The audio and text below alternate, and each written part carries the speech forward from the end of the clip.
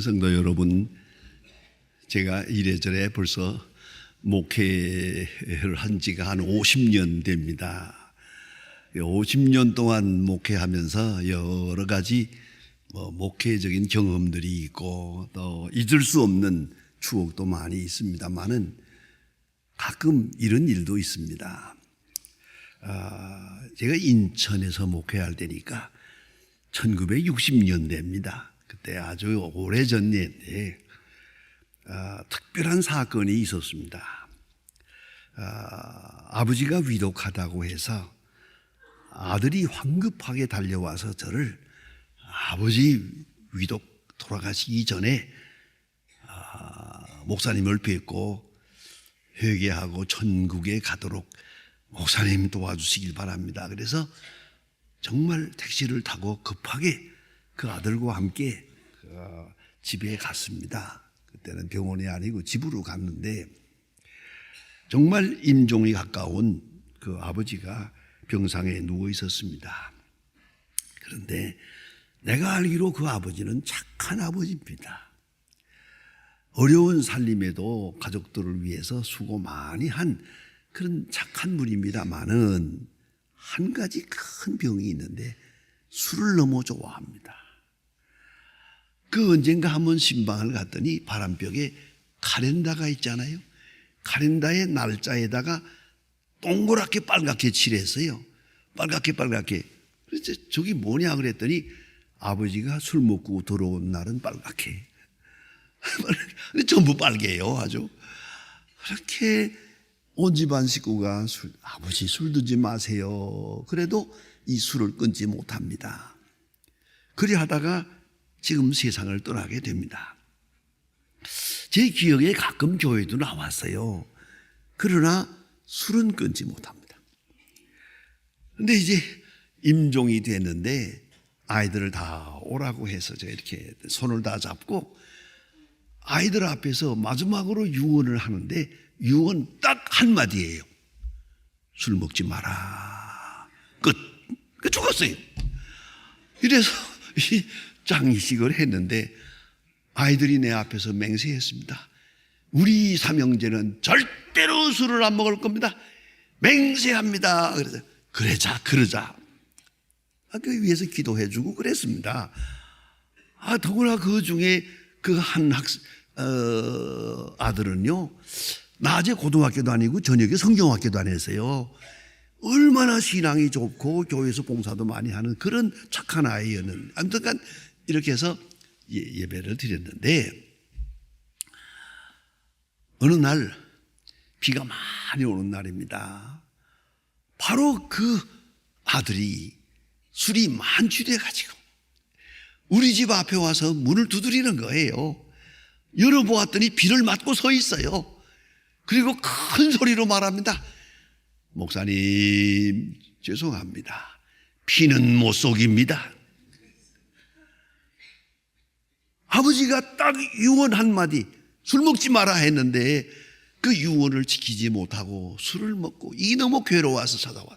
들어오라고 그래가지고 같이 앉아서 얘기도 하고 기도도 했습니다만은 어쩌다 그러냐 그러니까 이걸 벗어나기가 어렵습니다 하더니 그 다음 얘기까지 마저 하겠습니다.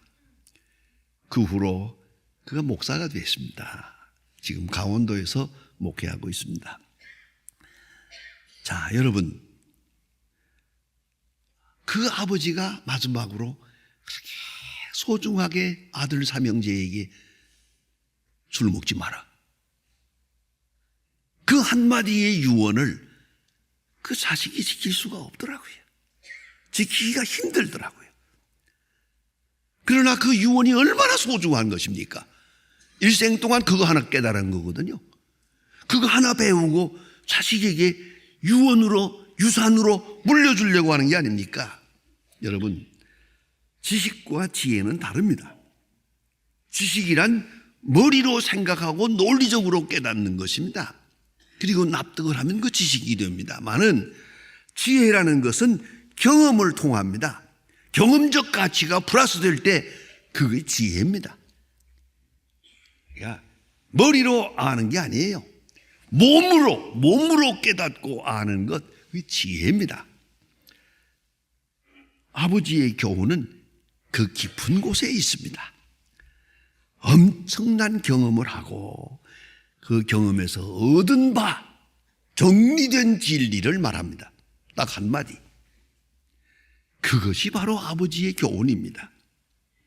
부모의 교훈이란 때때로 잔소리가 많습니다. 요새 말로 말하면 네거티브가 많아요. 하지 마라, 하지 마라, 하지 마라. 이것도 하지 마라, 저것도 하지 마라 그러잖아요. 자네들은 귀찮아요. 이제 그만 듣고 싶어요. 그래서 제발 좀 그만. 그래요. 그러나 부모님은 또 말하고 싶어요. 왜 그러겠습니까? 심리학자들이 이걸 분석해 보니까 다른 거 아니에요. 자기 경험의 간증이에요. 자기가 다 해보았거든요. 그게 자기 잘못했거든요. 나는 잘못했으니까 너는 잘해라. 그래서 하지 말라는 거예요. 하지 말라, 하지 말라, 하지 말라. 아주 듣기 싫고 고역스럽지만 한 번만 더 깊이 생각하면 얼마나 마음이 아팠으면 저렇게 됐을까? 그 말 한마디는 유언과 같은 거예요. 꼭 들어야 되는 거예요. 하지 말라. 속에 제발 이건 안 된다 하는 부모님의 지혜가 거기에 있단 말이에요. 이제 목회하다 보면 이 임종을 많이 봅니다. 임종하는 것들을 보았는데 제 기억에 나는 대로는 그렇습니다. 아까 말대로 유언하면서 술 먹지 마라 한 사람. 어느 할머니가 세상 떠나는데 참 놀라워서요. 그 자네들을 다 앞에 놓고 이렇게 말해요. 너희들 잘 들어라. 세상에는 나쁜 사람 많다. 그러나 좋은 사람이 더 많다. 그리고 죽었어요. 훌륭한 할머니예요.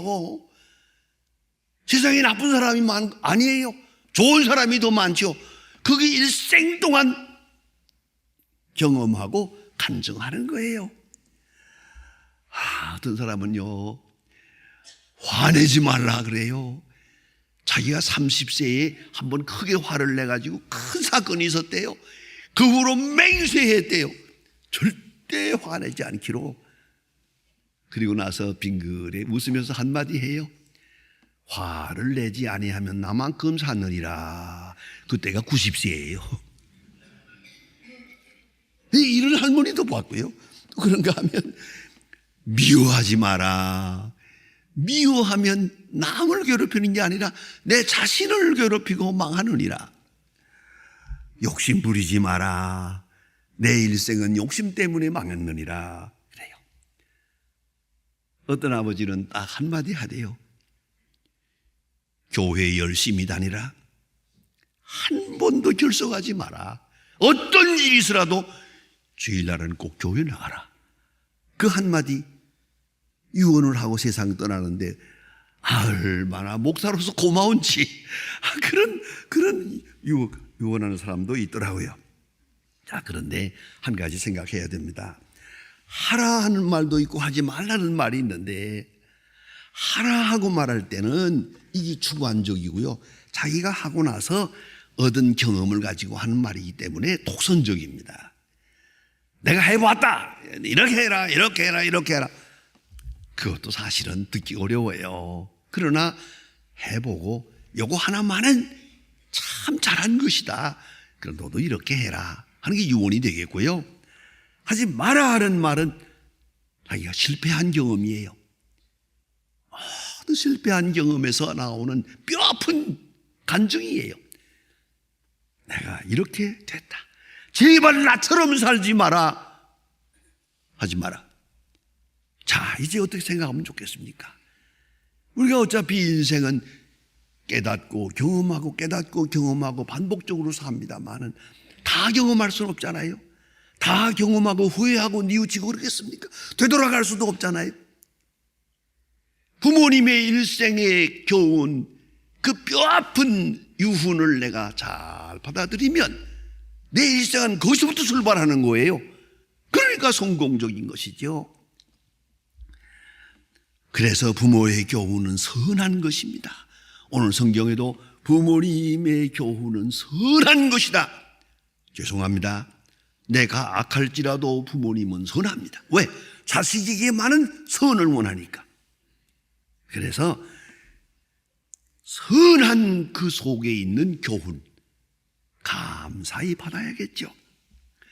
또한 자녀를 사랑해서 하는 말입니다. 나처럼 살지 마라. 거기에 묵시가 있습니다. 솔직히 말하면 엄청난 간증이 그 속에 있어요. 제발 나처럼 살지 말아다오. 그런가 하면 이거는 지혜의 교훈입니다. 이 나이 되고 이제는 내가 알았다. 전에는 잘못 살아서나 이제는 내가 알 것 같다. 그러니 이 말은 꼭 들으라. 이 얼마나 중요한 교훈입니까? 그리고 종말론적이기도 합니다. 유언과 같은 것입니다. 유언과 같은 귀중한 성격이 있습니다. 그 아버지는 말합니다. 오늘 성경에 나타난 아버지, 이거 다윗 왕입니다. 그 아들은 솔로몬입니다. 아버지는 이렇게 말합니다. 내 말을 마음에 두라. 내 말을 마음에 두라. 머리에 두는 게 아니고 가슴에 두라. 이 교훈을 사랑하라. 이 교훈을 존중하라. 얼마나 귀중한 교훈입니까? 마음에 두라. 그리고 이 말씀을 통틀하면 딱 한마디입니다. 지혜를 얻어라. 지혜를 얻어라. 열왕기상 3장 9절에 보면 솔로몬이 하나님 앞에 지혜를 구합니다. 하나님께서 솔로몬에게 말합니다. 너는 내게 구하라. 내가 내게 무엇을 줄까?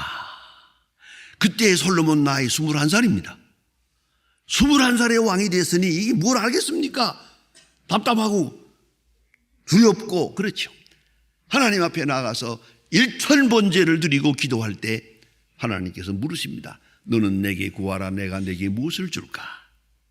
21살입니다. 그때 솔로몬이 구합니다. 하나님이여 지혜를 주시옵소서. 그 지혜란 말을 히브리 말로 살피면요 더 의미가 있습니다. 레브 쉐미트입니다. 레브란 말은 마음이란 말이고 쉐미트는 듣는다는 말입니다. 그 옛날 번역에는 hearing heart 그랬습니다. 듣는 마음, 그게 지혜입니다. 직역하면 하나님이여 듣는 마음을 주시옵소서. 누구의 말을? 아버지 말을. 부모님의 말씀을 듣는, 하나님의 말씀을 듣는 마음을 주세요. 딱 한 가지를 구했습니다. 하나님께서 크게 칭찬하시고 전무후무하게 지혜를 주었다고 합니다. 솔로몬은 지혜의 왕입니다. 오늘도 솔로몬 하면 지혜고 지혜하면 솔로몬으로 통합니다. 지혜의 대명사입니다. 그 솔로몬의 지혜가 어디서 왔느냐? 오늘 성경을 자세히 살펴보면 아버지로부터 들은 겁니다. 21살에게 무슨 지혜가 있습니까? 아버지의 교훈을 들었어요. 잘 듣고 나니까 지혜가 된 거예요. 듣는 마음이 지혜요. 듣는 자세가 지혜였다는 말입니다. 아버지로부터 듣습니다. 아버지는 말합니다. 지혜를 들으라. 지혜가 제일이다. 지혜가 제일. 아무거 바꾸지 마라. 소피아, 지혜는 말이에요. 먼저는 지혜를 얻으라 그랬습니다. 지혜를 버리지 말라 그랬습니다. 지혜를 사랑하고 지혜를 품으라. 지혜를 성품화하라. 지혜를 사랑하라. 지혜를 최고의 것으로 사랑하라. 아버지로부터 들은 말입니다.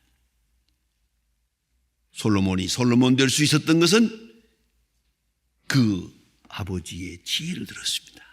아버지는 파란만장하게 살았습니다. 전쟁을 많이 치렀습니다. 실패도 많았고 많은 허물도 많습니다. 그 아버지가 준 교훈을 21살의 솔로몬은 잘 들었습니다. 잘 소화했습니다. 그리고 또 말합니다. 아버지가 내게 가르쳐 주기를 지혜가 제일이니 지혜를 얻어라. 지혜를 버리지 마라. 지혜를 사랑하라. 그러면 너를 사랑하리라. 지혜를 높이라. 너는 높아질 것이다. 여러분, 지혜를 얻어야 합니다. 영국의 유명한 정치가요, 우리가 다 아는 처칠이라고 있지 않습니까? 그가 한참 잘 나갈 때, 많은 사람에게 존경을 받을 때 어떤 작가가 처칠 경이 이렇게 훌륭한 인격이요 훌륭한 지도자가 됐는데 저를 일생 동안 가르친 사람이 누굴까? 선생들이 누굴까? 그래서 유치원 선생부터 시작해서 대학 교수까지 그에게 영향을 끼쳤다고 생각하는 분들을 전부 모아서 책을 한 권 썼습니다. 이런 사람들에 의해서 처칠이라는 사람이 나왔다. 그런데 처칠이 그 저자를 불러가지고 말했습니다. 자네가 나를 위해서 너무 칭찬도 많이 해주고 좋은 글을 써줘서 고맙네만은 중요한 것을 하나 빠뜨렸네.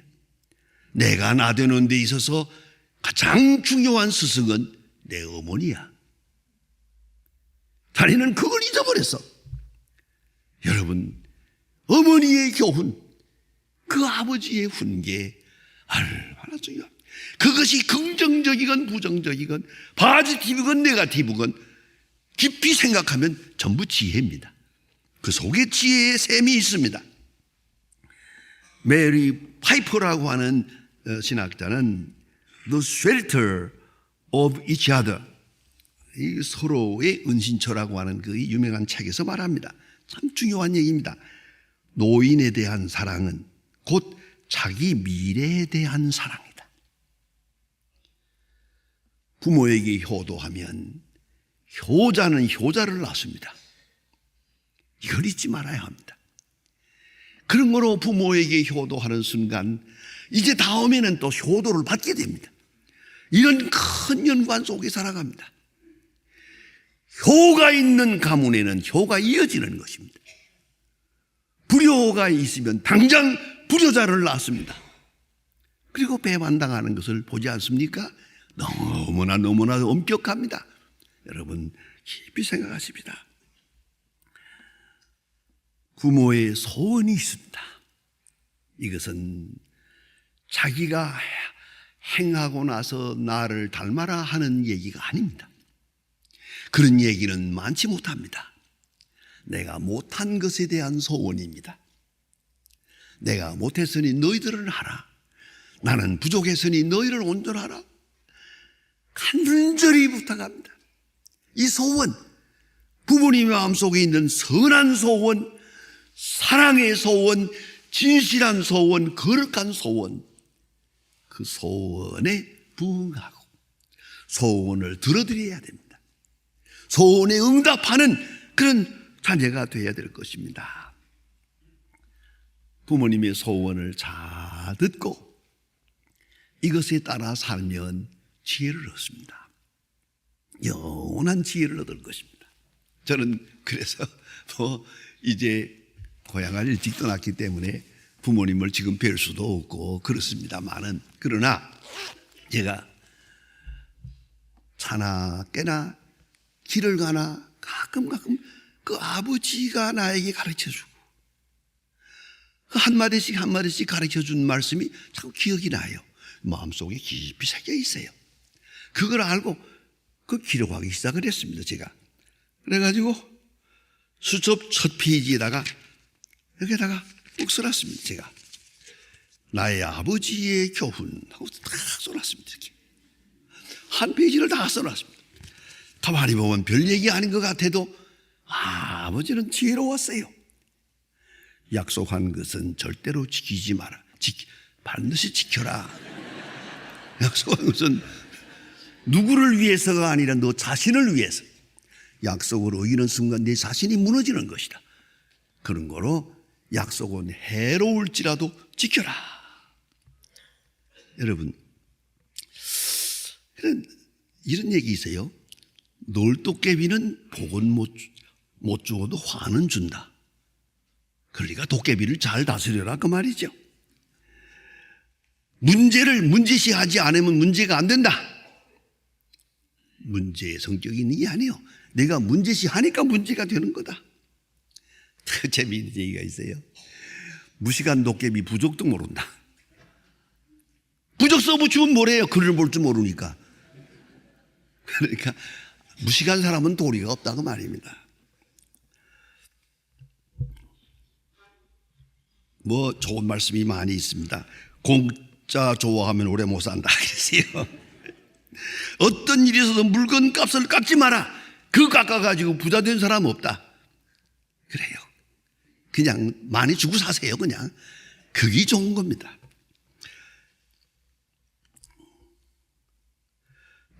어떤 일에도 변명하지 마라.